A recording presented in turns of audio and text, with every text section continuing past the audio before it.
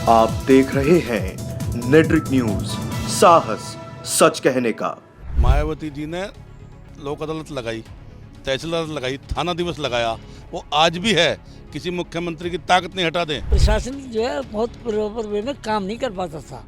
वो उसके जो भी कुछ करता था करना उसको प्रशासन को हुई है जो वो कहती थी। वो हमेशा कहते हैं अपर कास्ट, जो 10% आरक्षण दिया ना मोदी जी ने, ये मायावती की ही देन थी। उन्होंने ही सब में पहले सवाल उठाया था। मायावती की ये खूबी जरूर रही है जो मैंने बताई है, तो उसका एक लॉ एंड ऑर्डर पे और हमारे प्रशासन पे एक होल्ड था जो आज तक कोई और मुख्यमंत्री ऐसा नहीं कर पाया। मुख्यमंत्री बन जाएंगे, हिंदुत्व में आना पड़ेगा। मंदिर टूटा है तो मंदिर को टूटना कहना पड़ेगा, आ जाएंगे, कोई दिक्कत नहीं आने में। मेरी विचारधारा कट्टरपंथा से बिल्कुल अलग है। मैं अडवाणी जी के खिलाफ हो जाता था इस मामले में। बहुत ही बढ़िया। आज तक कांग्रेस भी देख ली, बीजेपी भी देख ली, सारे देख लिए, पर मायावती ने सभी के लिए सोचती है। तो बकरीद की ठीक है, सभी 5 मिनट बंद कर दो, पर कांवरियों का सम्मान तो करो। ऐसा काम ही क्यों करोगे जिसमें बंद करना पड़े। लास्ट में तो वो जीतेगा जो हिंदुओं की बात करेगा। ये 83% है। लेकिन जब से अमित शाह और मोदी जी आए हैं, मैं बीजेपी का घोर विरोधी हूँ। आज ये लोग बताते हैं। क्या नाम है आपका? मेरा नाम आदेश त्यागी। आदेश जी, मुझे आप एक बार बताइए, आपने बहन जी का समय देखा होगा। कहते हैं कि उनके टाइम में प्रशासन बड़ा दुरुस्त रहता था, अधिकारी की बहुत मतलब आम आदमी की जन सुनवाई थी। आज के समय में कहते हैं कि ना तो आम आदमी की चलती है, ना कार्यकर्ताओं की चलती है, ना पार्टी के विधायकों की चलती है। एक जगह मायावती जी ने लोक अदालत लगाई, तहसील अदालत लगाई, थाना दिवस लगाया, वो आज भी है। किसी मुख्यमंत्री की ताकत नहीं हटा दें। अगर मुझसे एसपी यहाँ नहीं मिल रहा तो वहाँ पानी पिलाएंगे। आज भी एक जगह है जो मायावती जी ने कर दिया, हर किसी को करा। अधिकारी डरता था, अगर किसी न किसी से संबंध बन गया तो शाम को तू घर पहुंच जाएगा या वहाँ पहुंच जाएगा पूरब में। अब कोई डरता ही नहीं किसी से। जो डराने की कोशिश करी योगी जी ने शुरू में, उन्हें डराने नहीं दिया गया। खैर मायावती जैसे तो मुख्यमंत्री चाहिए। तो मायावती जी को नहीं चाहिए। मायावती जी से कहती एलर्जी, हमें कोई एलर्जी नहीं है। सोशल इंजीनियरिंग करो, अपनों को आगे बढ़ाओ। वो हमेशा कहते हैं अपर कास्ट, जो 10% आरक्षण दिया ना मोदी जी ने, ये मायावती की ही देन थी। उन्होंने ही सब में पहले सवाल उठाया था कि अपर कास्ट को भी आरक्षण, जो गरीब तबका उसे 10% चाहिए। उनके बच्चों को जो नहीं पढ़ा सकते उन्हें पढ़ाई चाहिए। ऐसे पहले एक मुख्यमंत्री या पहली एक महिला या पहले कोई हमारा उसका कह दो यूपी का कोई आदमी जो बोल रहा हमारे पक्ष, अलग समाज से हट के बोला। हाँ जी, बहुत ही बढ़िया। आज तक कांग्रेस भी देख ली, बीजेपी भी देख ली, सारे देख लिए, पर मायावती ने सभी के लिए सोचती है। और सोशल इंजीनियरिंग करेंगे फिर आ जाएंगे। उन्हें कोई थोड़ी कि पार्टी खत्म हो गई। मुझे आप एक बार बताइए, जब मैं तमाम अलग अलग क्षेत्रों में जाता हूँ, किसान कहते हैं कि सबसे ज्यादा गन्ने पर मूल्य मायावती ने बढ़ाया। उनके टाइम में शासन बढ़िया था। हाँ। आज फिर लोग भूलते क्यों जा रहे हैं? भूलता कोई नहीं है या उनकी कमी से भूल रहे हैं लोग? ना, कमी किसी की नहीं, भूलते कोई नहीं है। निष्क्रिय है किस राजनीति दबाव में, कैसे क्या बात है, या जो अपनी पार्टी का नहीं विस्तार कर रही है। अपर कास्ट के जितने कट्टर इसमें नहीं है बीजेपी में, जितने उसमें बसपा में, ये अपर कास्ट अपने में सक्षम है। इसे कुछ नहीं चाहिए, किसी से चाहिए कुछ नहीं। एज फैक्टर भी हो गया। एज फैक्टर ठीक है अपनी जगह। राजनीति का समय बदल चुका। अब थोड़ा ना लोग ना एग्रेसिव राजनीति पसंद करते हैं। बोलने पसंद करते हैं। ये तो एक कट्टरता तो अब चाहिए। पर देखो, जो आप कह रहे थे रावण जी का जिक्र कर रहे थे, चंद्रशेखर आजाद से भी कोई दिक्कत नहीं है। आजाद जी अगर वो आवे, हिंदुओं का समर्थन करें, हम बात रखें, ठीक है, मुसलमानों का रहो, हमें कोई आपत्ति नहीं। कम से कम हिंदुओं का एक स्टेज पे एक बात तो कह दें। अगर कहीं हमारे मंदिर टूट रहे हैं तो कहते भाई गलत हुआ, मंदिर टूट रहा। या कोई लड़की को जहर दे के 25 टुकड़ों में बंद करके भेज दे, कहते भाई गलत हुआ। ऐसा नहीं है एक बिरादरी से कोई जीत जाएगा। बीजेपी ना तो हिंदू जीत पाए। मंदिर की बात चली पूछी जाती है, कहते हैं कि मैं मंदिर क्यों जाऊँ, जब किसी लड़की का रेप होता है तो कहाँ है भगवान? ऐसे सवाल के जवाब देते हैं वो तो। देखो, इस बात को सोचने को तो कहेंगे ईसा मसीह कहाँ है, इनका मोहम्मद कहाँ है, तुम्हारे बुद्ध देव कहाँ है, तो सभी को कह सकते हैं जी सबका कहाँ है। ऐसा कोई नहीं होता। भगवान तो हमारे अंदर है। अगर हमारे अंदर भगवान जाग रहा तो कहो, उनके अंदर भगवान नहीं है तो भगवान की बुराई करते हैं। जिसके अंदर आप एक वर्ग को खुश करने की कोशिश करते हैं। हाँ, तुष्टिकरण की राजनीति देखो, मुलायम सिंह की नहीं चल पाई, इतनी किसी की नहीं चल पाई। ये 14% है, कितने बांटेंगे। लास्ट में तो वो जीतेगा जो हिंदुओं की बात करेगा। ये 83% है। मान ली 10% चले भी गए उनके साथ। चंद्रशेखर ने हाल ही में एक बयान दिया कि जब 5 मिनट की नमाज में, जब कांवड़ियों के लिए रास्ते बंद हो सकते हैं, तो 5 मिनट की नमाज में क्या दिक्कत है?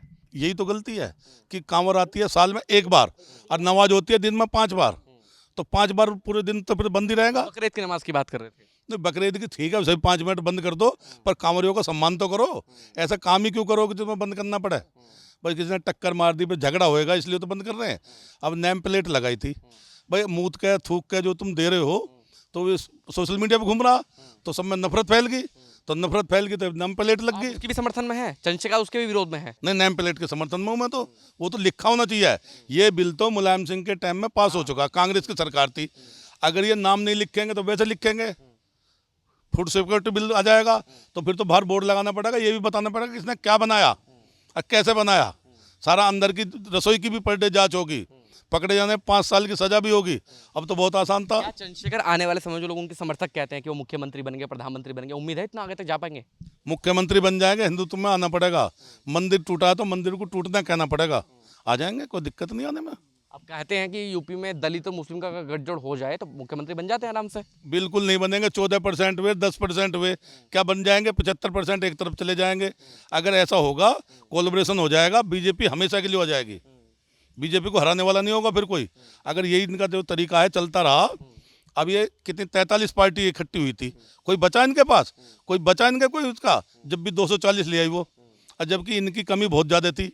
इनकी इतनी कमी ना होती ना तो आराम से 280-85 ले जाती। मेरा आखिरी सवाल, दोनों में से बेहतर कौन है, चंद्रशेखर या मायावती आज के समय के अनुसार?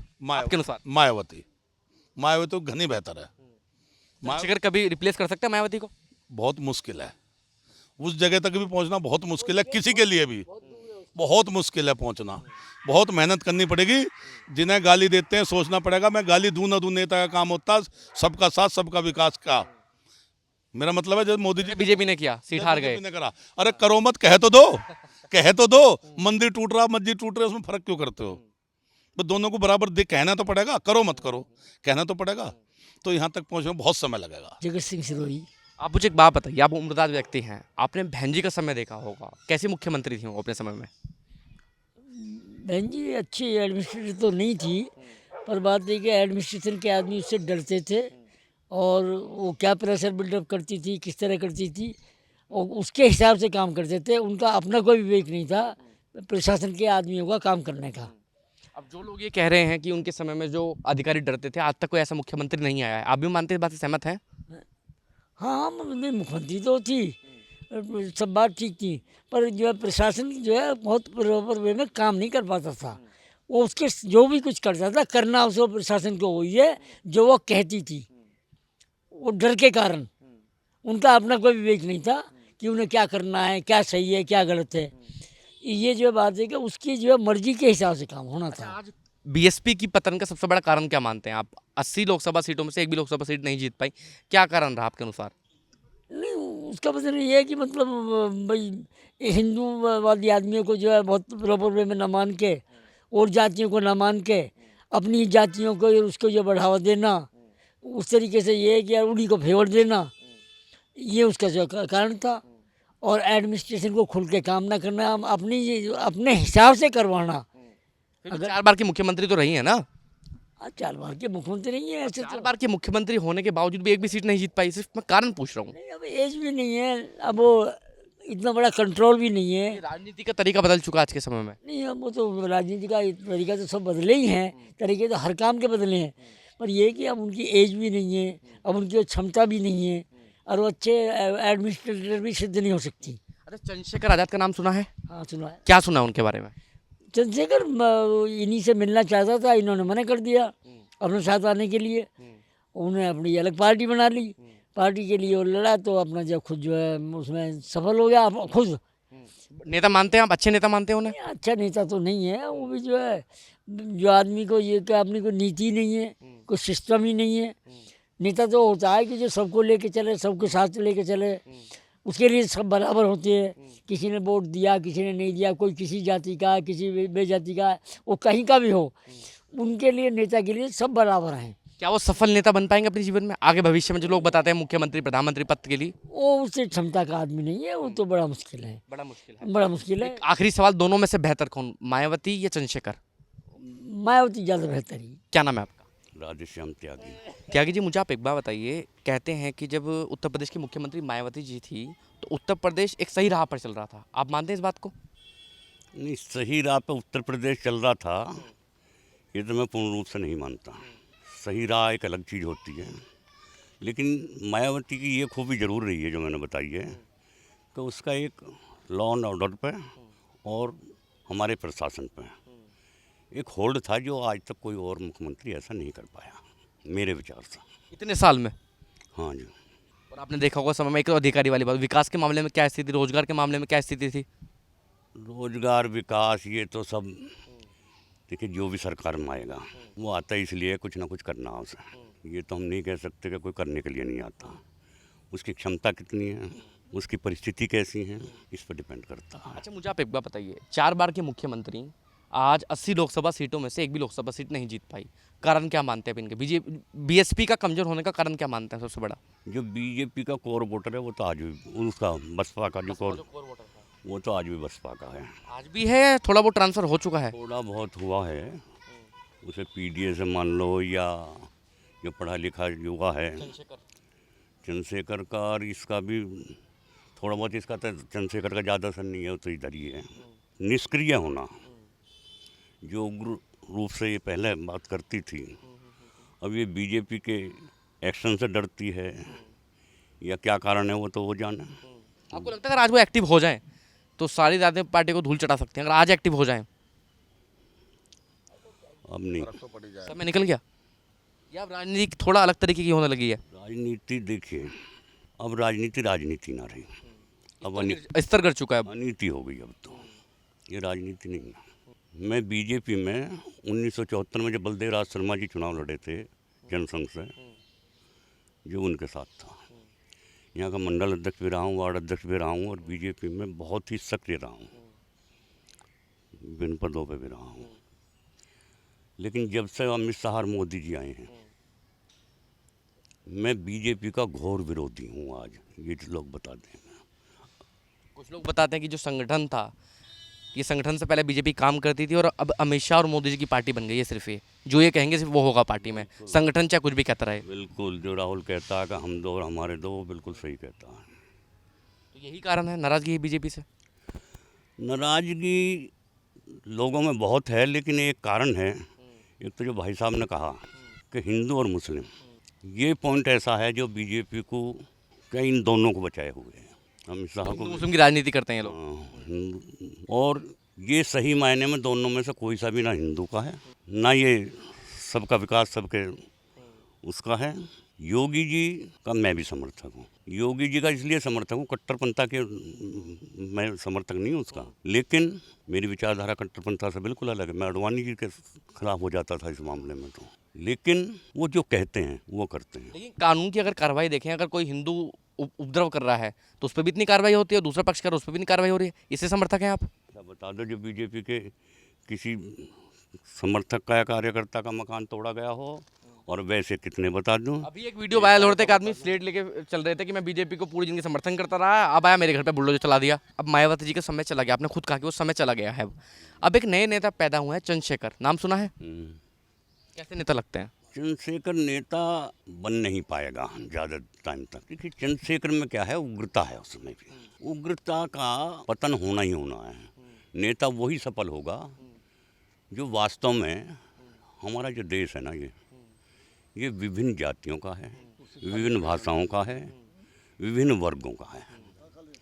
इसमें किसी एक वर्ग को लेकर के, किसी एक जाति को लेकर के, किसी एक धर्म या संप्रदाय को लेकर के, या किसी एक पंथ को लेकर के जो भी उग्रता चलेगी वो ज़्यादा दिन की नहीं होगी। थोड़ा सा उसका एकदम से नाम तो आता है, जैसे चंद्रशेखर आज़ाद का रहा, लेकिन बहुत दिन नहीं चलती हैं। मायावती भी इसी वजह से, और समाजवादी पार्टी को डुबोने वाले वो भी इसी तरह से, वहाँ भी यही हुआ, पक्षपात हुआ। उन पे भी टैग लगता है कि वो मुसलमानों को ज़्यादा सपोर्ट करते हैं। मुसलमानों को और यादवों को, हाँ हम देखते थे गाजियाबाद में, दूधिया भी पेंट पे हैं वो लगा ले गया, फलाने सिंह यादव। तो चंद्रशेखर आने वाले समय में सांसद भी ना बन पाए, आपको ऐसा लगता है, जिस तक की वो राजनीति कर रहे हैं? खुद तो अपनी सीट तो निकालता रहेगा। मैंने सपना बनाते हैं कि उनको प्रधानमंत्री बन सकते हैं, मुख्यमंत्री बन सकते हैं, मुख्यमंत्री बन सकते हैं, या मायावती से ऊपर जा सकते हैं। ऐसा नहीं होगा। मायावती ज़्यादा बेहतर थी चंद्रशेखर से? बिल्कुल बेहतर थी।